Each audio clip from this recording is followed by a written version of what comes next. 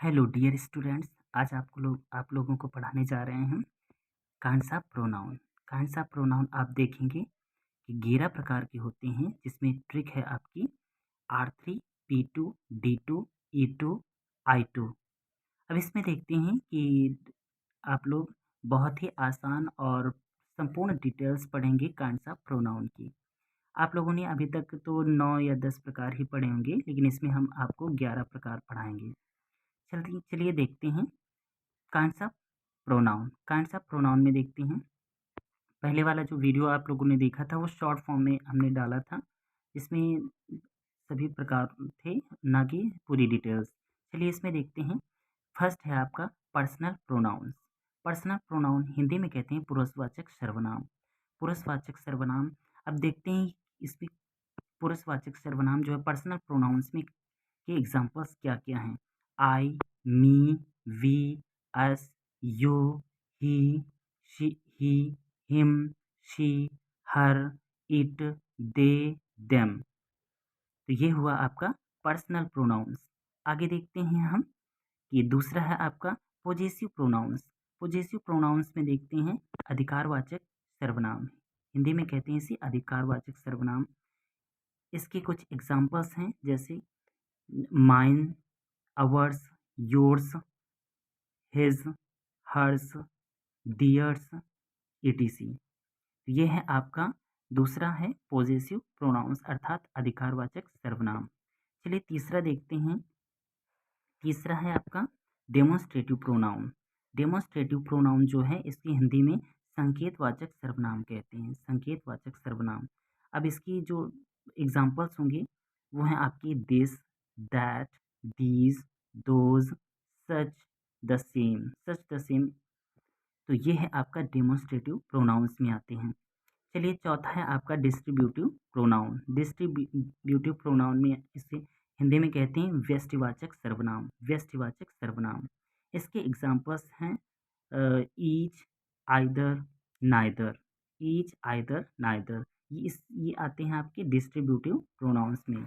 चलिए देखते हैं पांचवा है आपका रेसिप्रोकल प्रोनाउन। रेसिप्रोकल प्रोनाउन जिसे हम पारस्परिक संबंधवाचक सर्वनाम कहते हैं। इसके एग्जांपल्स हैं आपके each other, one another, each other, one another, etc. चलिए छठवां है आपका रिफ्लेक्सिव प्रोनाउंस। रिफ्लेक्सिव प्रोनाउंस जिसे निजवाचक सर्वनाम के नाम से भी जाना जाता है। हिंदी में इसे निजवाचक सर्वनाम कहते हैं। इसके एग्जांपल्स देखते हैं myself, ourself, yourself, yourselves, himself, himself, itself, themselves, oneself. ये आपके रिफ्लेक्सिव प्रोनाउंस में आते हैं। चलिए देखते हैं सातवां है हमारा इम्फैटिक प्रोनाउन। इम्फैटिक या फिर इसी को एम्फैजिंग प्रोनाउन के नाम से भी जाना जाता है। इसे हिंदी में दबाव सूचक सर्वनाम कहते हैं। चलिए इसके एग्जांपल्स देख लेते हैं। Myself, ourself, your self, himself, her self. ये सेम जो रिफ्लेक्सिव प्रोनाउंस हैं, सेम आपका एम्फेटिक प्रोनाउन भी मिलता है। चलिए अब देखते हैं, 7 प्रोनाउंस हो गए हैं। अब 8वें में चलते हैं। 8वां है हमारा इंडेफिनिट प्रोनाउंस। इंडेफिनिट प्रोनाउंस को हिंदी में कहते हैं अनिश्चयवाचक सर्वनाम। अनिश्चयवाचक सर्वनाम के एग्जांपल्स हैं everybody, somebody, nobody, anybody, everyone, someone, no one, anyone, everything, something, nothing, anything, all, some, any, both, another, much, few, little, etc। ये सारे जो आपके बड़ी ये सब सारे वर्ड्स मिल रहे हैं, ये सारे आते हैं इंडेफिनिट प्रोनाउंस में। तो आज आपको पता चल गया होगा कि ये जो वर्ड्स आते हैं ये क्या हैं और ये किस में आते हैं। तो ये प्रोनाउंस हैं सारे और ये इंडेफिनिट प्रोनाउंस में आते हैं। चलिए आगे देखते हैं। आपका जो नवा है आपका प्रोनाउंस वो है रिलेटिव प्रोनाउंस। रिलेटिव प्रोनाउंस इसे हिंदी में संबंधवाचक सर्वनाम भी कहते हैं। इसके इसे इंग्लिश इसके जो एग्जांपल्स हैं वो हैं who, whom, whose, which, that, etc. एक बार फिर से देख लेते हैं। who, whom, whose, which, that, etc. इसको रिलेटिव प्रोनाउंस से ये संबंध बताते हैं दो सेंटेंसों के बीच का। जैसे बीच में आता है मैं स्कूल जाता हूँ, बीच में हूँ शब्द आ जाता है।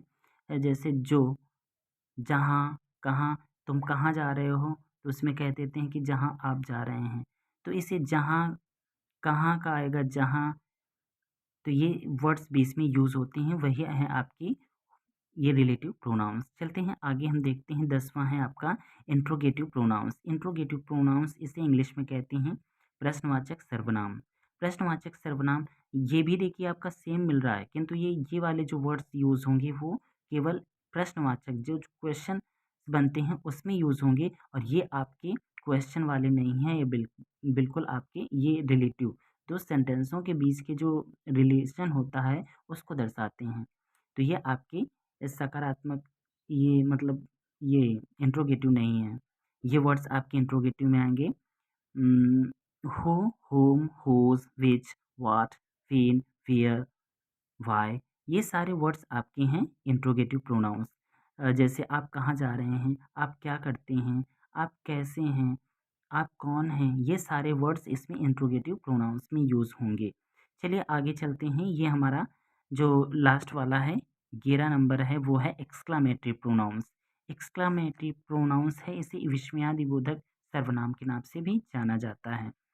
व्हाट का प्रयोग जब सेंस ऑफ सरप्राइज अर्थात आश्चर्य के भाव में हो, तो उसे ये एक्सप्रेस करता है, अर्थात अभिव्यक्त करने के लिए इसे इसका प्रयोग किया जाता है, अर्थात व्हाट का।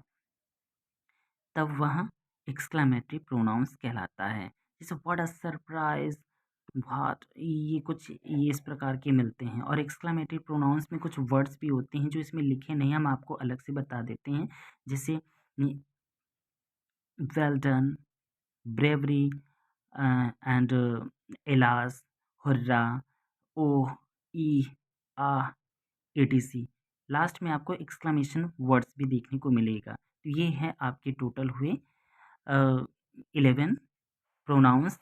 जो आशा करते हैं कि आप लोगों को बहुत अच्छे से समझ में आए होंगे और याद भी हो गया होगा। Thank you so watching my video.